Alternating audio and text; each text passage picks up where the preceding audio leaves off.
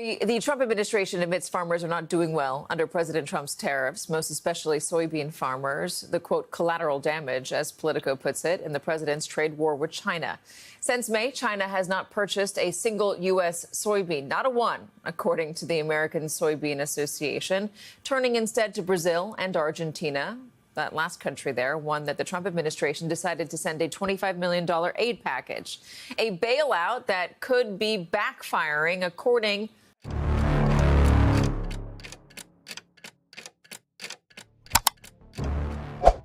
La reacción pública al reposicionamiento de una empresa no suele alterar los flujos institucionales consolidados.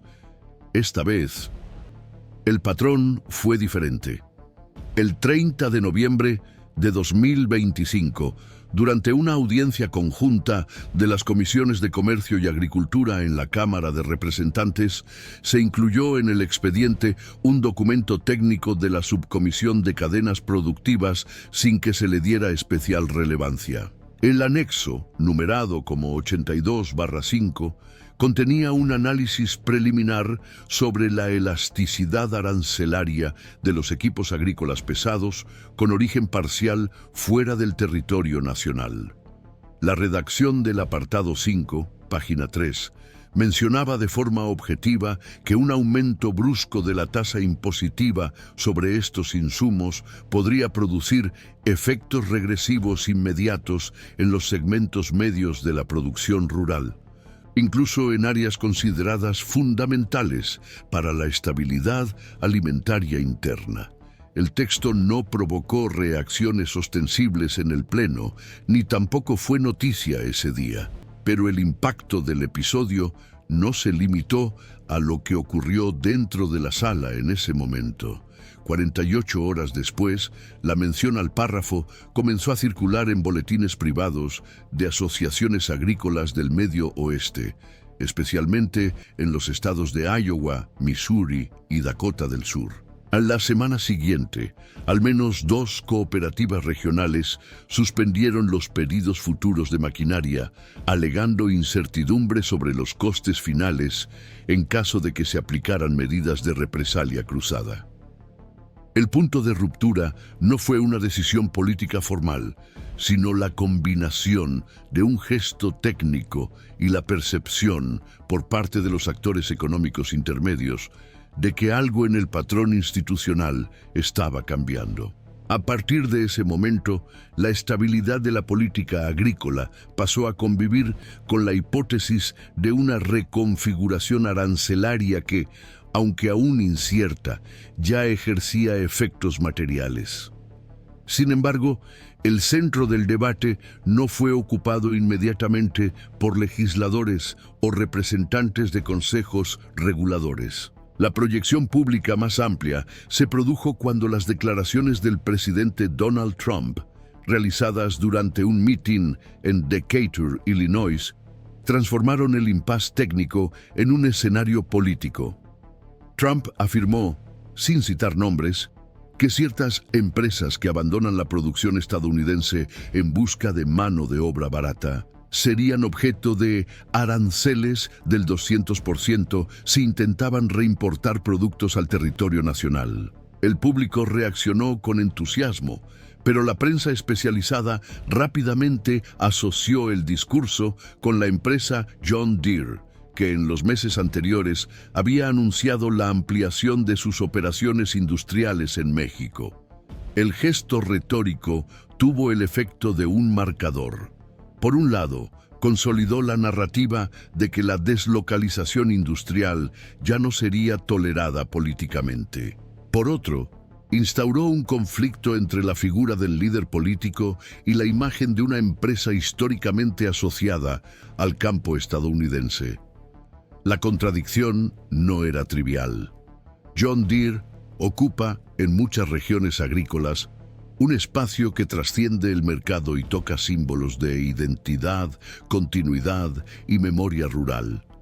Asociarla con una supuesta falta de compromiso nacional implicaba redefinir décadas de asociación afectiva y productiva. Aún así, el movimiento avanzó. A principios de diciembre, 5 grupos organizados de productores rurales iniciaron campañas de boicot a la marca, mientras que al menos 3 redes de distribución informaron de una caída en los pedidos corporativos. Hasta ese momento no se había producido ningún cambio normativo oficial, pero la simple intensificación de la posibilidad de aranceles ya era suficiente para provocar reorganizaciones. El sistema había recibido una señal. La secuencia de acontecimientos que se perfilaba, aunque aún no contenía una deliberación formal, fue interpretada por diferentes actores como indicativa de una nueva frontera de tensión entre el poder político y la libertad empresarial en el sector agrícola.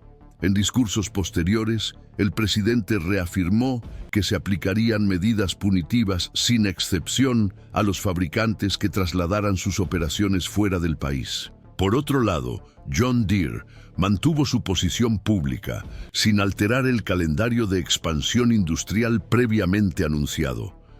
En una lacónica nota de prensa, la empresa reiteró su compromiso con soluciones sostenibles y accesibles para la agricultura mundial, sin mencionar directamente el contexto político. La ausencia de un cambio inmediato fue interpretada por los aliados de Trump como un gesto de desafío, y el tono de la cobertura pasó a incluir términos como resistencia, confrontación y deslealtad.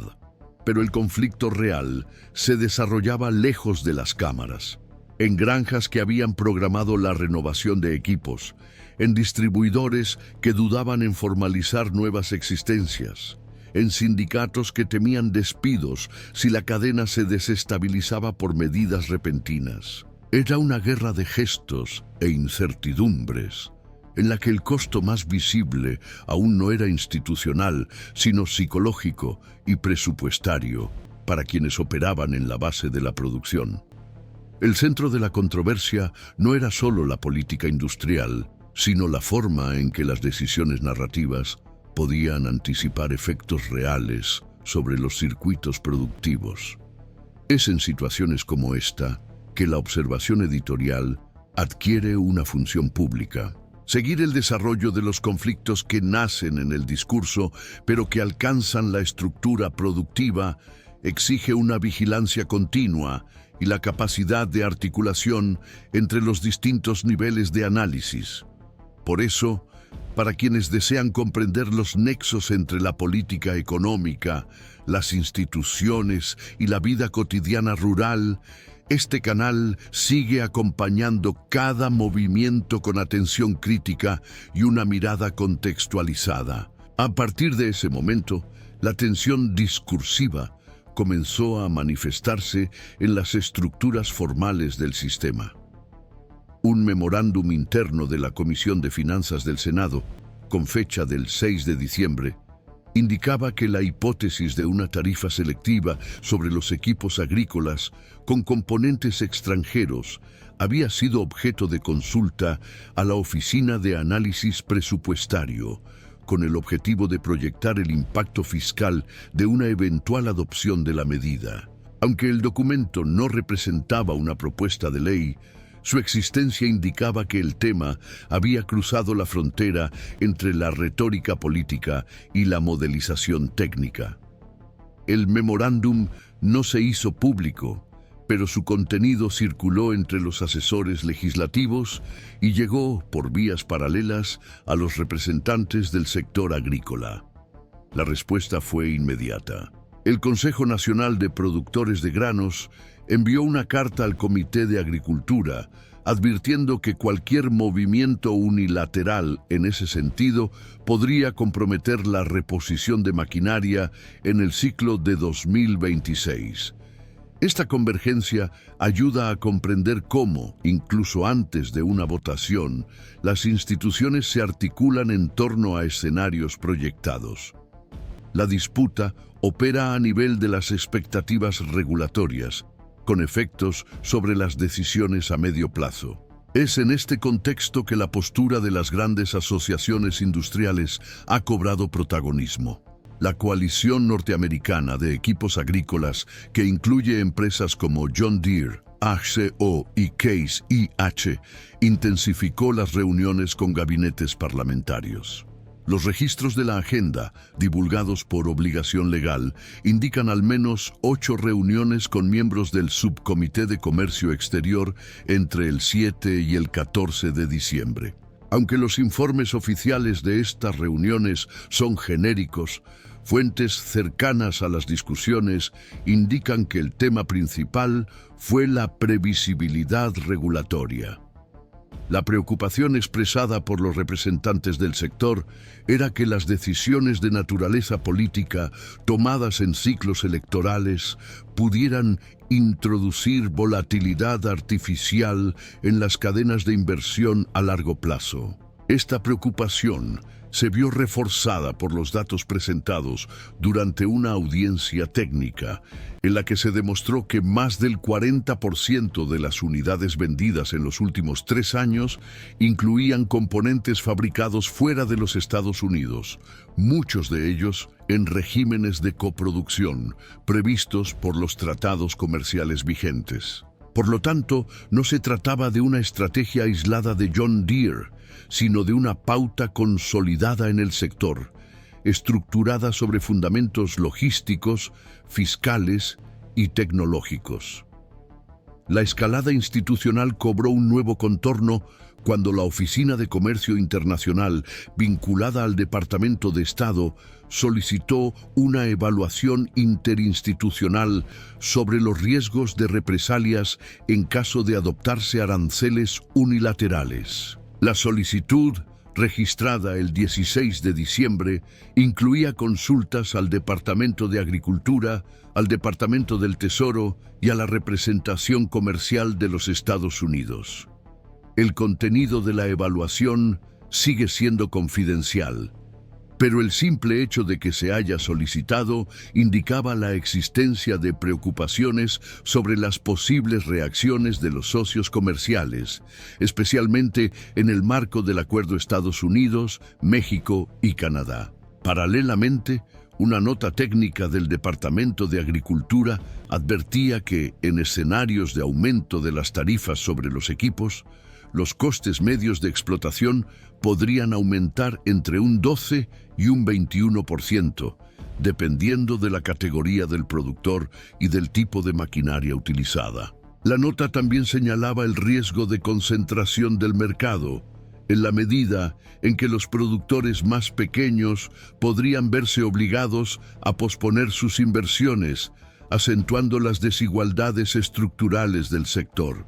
La interdependencia entre la decisión política, la estructura del mercado y la capacidad operativa comenzaba a revelarse con mayor claridad.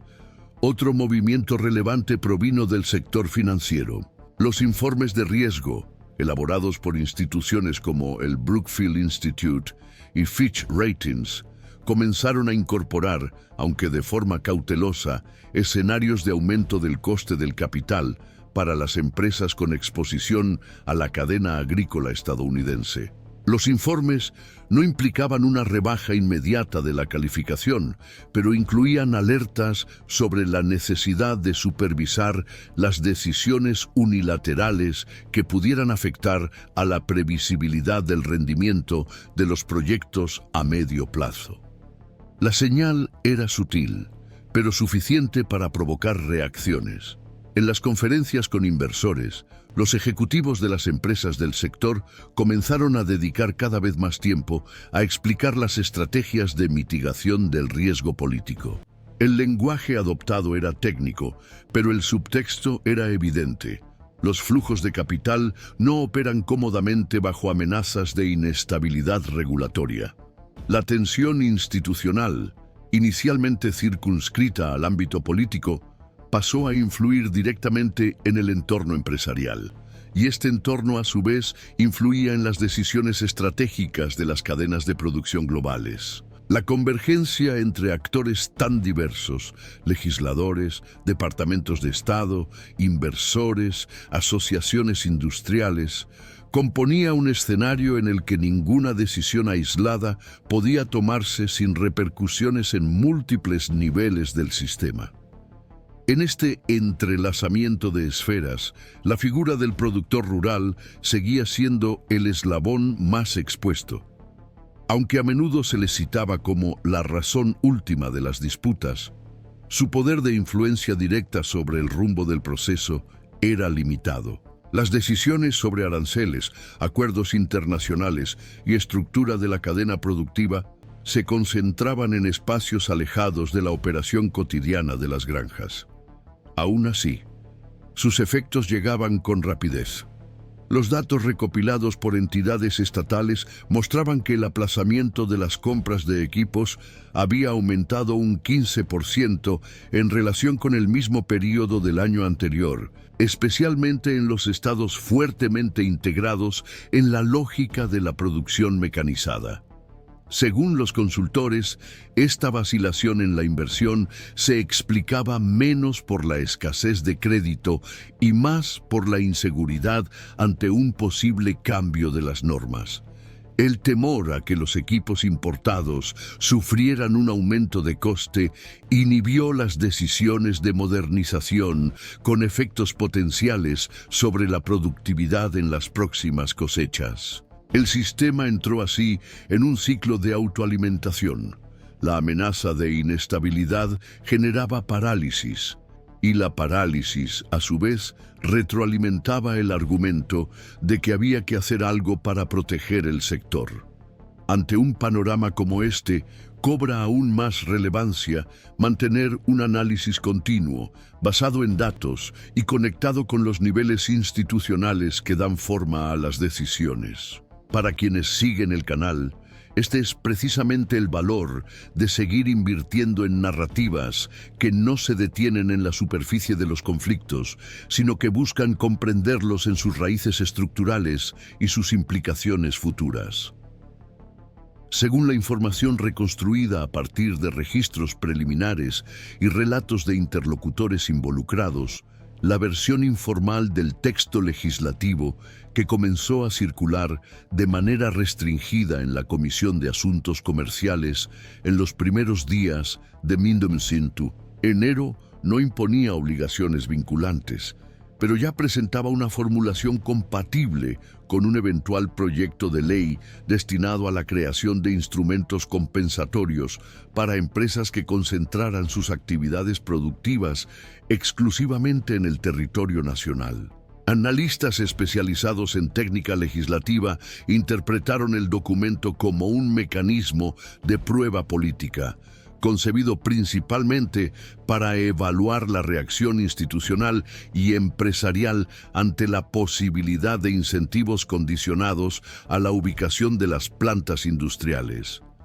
Aún así, la presencia de una disposición que preveía la aplicación de sanciones fiscales progresivas a las unidades productivas instaladas en jurisdicciones caracterizadas por ventajas fiscales consideradas desproporcionadas, provocó alertas en diferentes sectores industriales. Entre los asesores parlamentarios y los consultores jurídicos, cobró fuerza la opinión de que tal previsión podría entrar en conflicto con los compromisos internacionales asumidos por los Estados Unidos de América, además de dar lugar a cuestionamientos en el ámbito de la Organización Mundial del Comercio.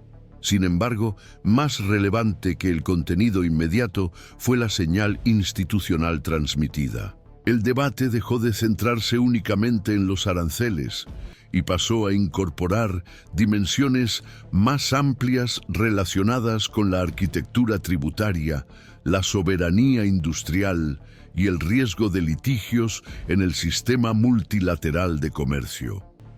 Las interpretaciones sobre el significado de este movimiento a largo plazo siguen divididas. Una corriente analítica, más común entre las consultoras económicas y los núcleos técnicos vinculados a la formulación de políticas industriales, sostiene que las señales emitidas hasta ahora se mantienen en el ámbito de la retórica estratégica y la presión política, sin producir cambios sustanciales en los fundamentos de la política comercial vigente.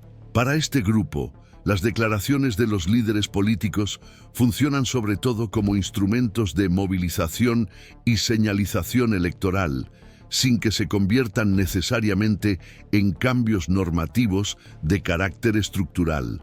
Desde esta perspectiva, la postura adoptada por John Deere al continuar con su estrategia de expansión internacional, manteniendo al mismo tiempo sus compromisos productivos nacionales, sería un ejemplo de gestión pragmática de la reputación institucional en contextos de alta volatilidad, capaz de atravesar ciclos de polarización sin comprometer su lógica operativa.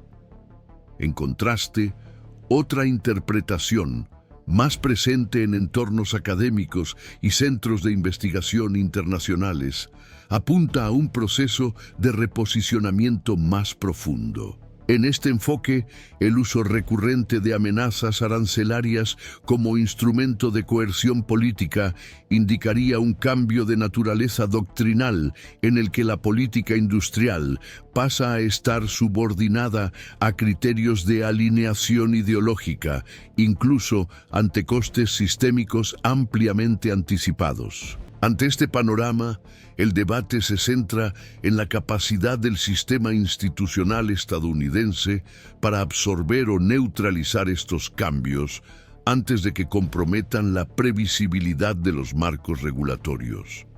Hasta el momento, no hay una convergencia clara. La presidencia, aunque ha evitado manifestaciones directas sobre el episodio relacionado con John Deere, ha autorizado al Departamento de Comercio a promover una revisión más amplia de los criterios utilizados en la concesión de incentivos fiscales a empresas con operaciones productivas fuera del país. Para algunos analistas, esta iniciativa representa un movimiento gradual hacia una política industrial de carácter más proteccionista, aunque se presente bajo una apariencia técnica y administrativa. En sentido contrario, el Departamento de Estado reiteró, en comunicaciones oficiales dirigidas a los socios del Acuerdo Estados Unidos, México y Canadá, que los compromisos asumidos siguen intactos y que cualquier cambio futuro dependerá de procesos de deliberación multilateral. Este doble movimiento pone de manifiesto un aparato institucional atravesado por disputas internas, en el que coexisten corrientes favorables a la recalibración nacional de las cadenas productivas y otras comprometidas con la lógica de la integración internacional construida a lo largo de las últimas décadas. Las evaluaciones recientes indican que la resolución de esta tensión no dependerá solo del resultado electoral de 2026, sino también de la forma en que el sector privado responda a las señales institucionales a lo largo de los próximos trimestres. Variables como el rendimiento comercial en las zonas rurales, la capacidad de adaptación de las cooperativas, el comportamiento de los fondos de inversión y la estabilidad de los canales de distribución tienden a ser seguidas de cerca por los responsables de la formulación de políticas públicas. Paralelamente, cobra relevancia la forma en que la base agrícola interpreta este nuevo contexto. Los informes sobre el aplazamiento de la renovación de equipos, las presiones sobre las concesionarias y las manifestaciones difusas de boicot en entornos digitales conforman un escenario de reajuste en el que la percepción de pertenencia económica pasa a competir con la exigencia de eficiencia operativa. El productor rural, históricamente visto como un elemento de continuidad, emerge ahora como agente de decisión estratégica. Sus elecciones individuales, cuando se observan de forma agregada, funcionan como un indicador colectivo de respuesta institucional. El mantenimiento del modelo vigente dependerá, en parte, de cómo se interpreten estas elecciones, ya sea como resistencia, como adaptación pragmática o como demanda de mayor previsibilidad. Antes de concluir, cabe hacer una observación de carácter editorial. La complejidad de este entorno impone la necesidad de un seguimiento continuo, atento no solo a las decisiones formales, sino también a las señales marginales que indican la dirección de las transformaciones en curso. Este canal sigue comprometido con la observación de estos movimientos, buscando ofrecer análisis que contribuyan a comprender no solo lo que se ha establecido formalmente, sino también lo que se está reconfigurando gradualmente.